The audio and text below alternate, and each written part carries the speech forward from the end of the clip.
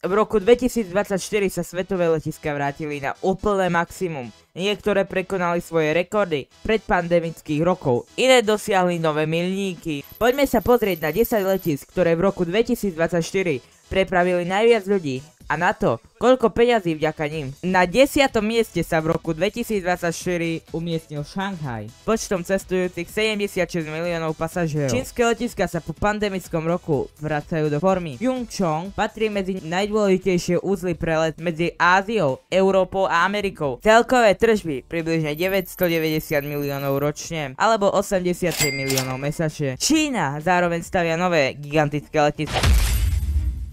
Brána do najľudnatejšej krajiny sveta, India, zažíva explozívny rast cestovania a v roku 2024 tu prešlo 77 miliónov cestujúcich, o 8 miliónov viac než v predošlom roku. Zarobilo letisko približne 920 miliónov dolárov ročne a 77 miliónov mesačne. Chicago O'Hare, letisko, ktoré je srdcom severoamerickej sieti, v roku 2024 prešlo jeho bránami 77 miliónov cestujúcich, čo je o 3 milióny viac než v roku 2023. Chicago O'Hare je známe svojou zložitosťou 7 dráh, desiatky brán a neustály pohyb. Denne tu prebieha približne 2400 vzletov a pristání. Z finančného hľadiska prinieslo letisku približne 1,3 miliardy dolárov ročne, čo je okolo 109 miliónov mesačne. Istanbul, most medzi východom a západom. V roku 2024 tu prešlo viac než 80 miliónov cestujúcich, čo je o 10% viac než v roku 2023. Od otvorenia v roku 2018 sa letisko rozrástlo na jeden z najväčších dopravných uzlov sveta. Tržby sa odhadujú na 1,12 miliardy dolárov ročne, alebo približne 93 miliónov mesačne. Istanbul využíva svoju strategickú polohu, je ideálnym prestupným miestom pre lety z Európy do Ázie a Afriky. Si tu nový a baví ťa toto videjko pozerať? Tak budem rád, keď tu zanecháš odber a like. Môžeme ísť na 6. miesto.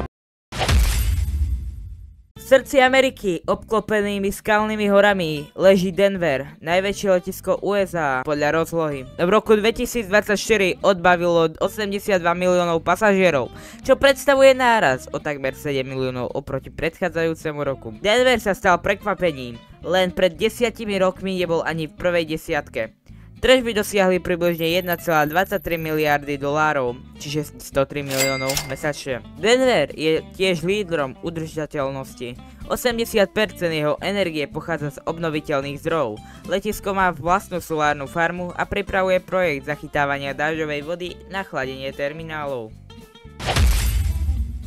Heathrow, meno, ktoré pozná každý cestujúci, letisko, ktoré spája celý svet s Londýnom. V roku 2024 tu prešlo takmer 84 miliónov pasažierov, čo predstavuje náraz o 6% oproti roku 2023. Heathrow si tak upevnilo pozíciu najrušnejšieho letiska Európy. Zarobilo v roku 2024 približne 1,85 miliard ročne, teda viac než 150 miliónov mesačne. Heathrow však už roky zápasí so svojím limitom priestoru.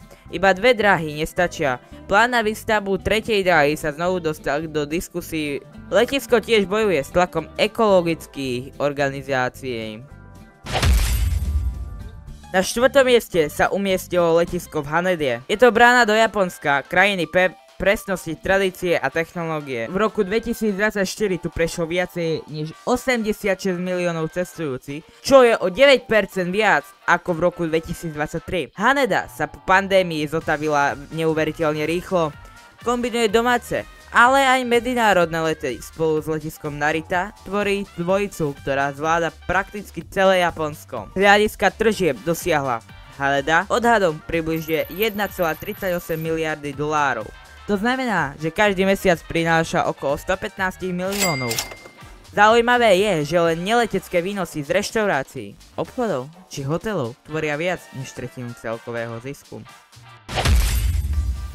Tretím najrušnejším letiskom v roku 2024 bol Dallas Fort Worth v Texase. Počet cestujúcich sa zvýšil na 88 miliónov, čo je o viac než 6 miliónov viac než pred rokom. Nárast o 7,5%. ale je strategicky nepostrádateľný. Je to hlavný úzol pre spoločnosť American Airlines a kľúčový bod pre tranzit medzi severom a juhom Ameriky. Každý deň tu preletí takmer 1900 lietadiel, na ploche väčšej než Manhattan pracuje viacej než 60 000 ľudí. Vďaka kombinácii leteckých a neleteckých výnosov, poplatky pre nájmy obchodné priestory, dosiahlo letisko odhadované tržby 1,5 miliardy dolárov ročne, čo predstavuje približne 125 miliónov mesačne. V roku 2024 začal Dallas rozsiahlu modernizáciu, nové terminály, automatizované dopravné systémy a projekty na obnoviteľné zdroje energie.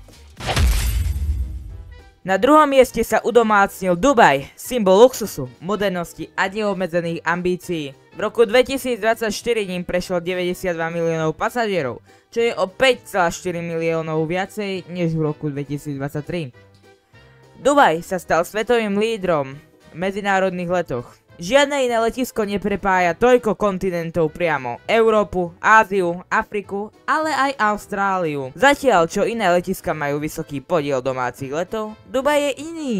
Až 90% cestujúcich tu iba prestupuje. Ale práve to je zdroj jeho sily. Majú ročné tržby približne 1,8 miliardy dolárov alebo 153 miliónov dolárov mesačne. Dubaj však neinvestuje len do luxusu. V zákulisí prebieha masívna expanzia výstavby Dubai World Center, ktoré má mať kapacitu 260 miliónov cestujúcich ročne. To by znamenalo viac než dvojnásobok dnešného rekordu. V roku 2024 sa Dubaj nielen zotavil z pandémie, ale prekonal sám seba. Z každého kúta sveta sa sem denne zbiehajú prúdy lietadiel.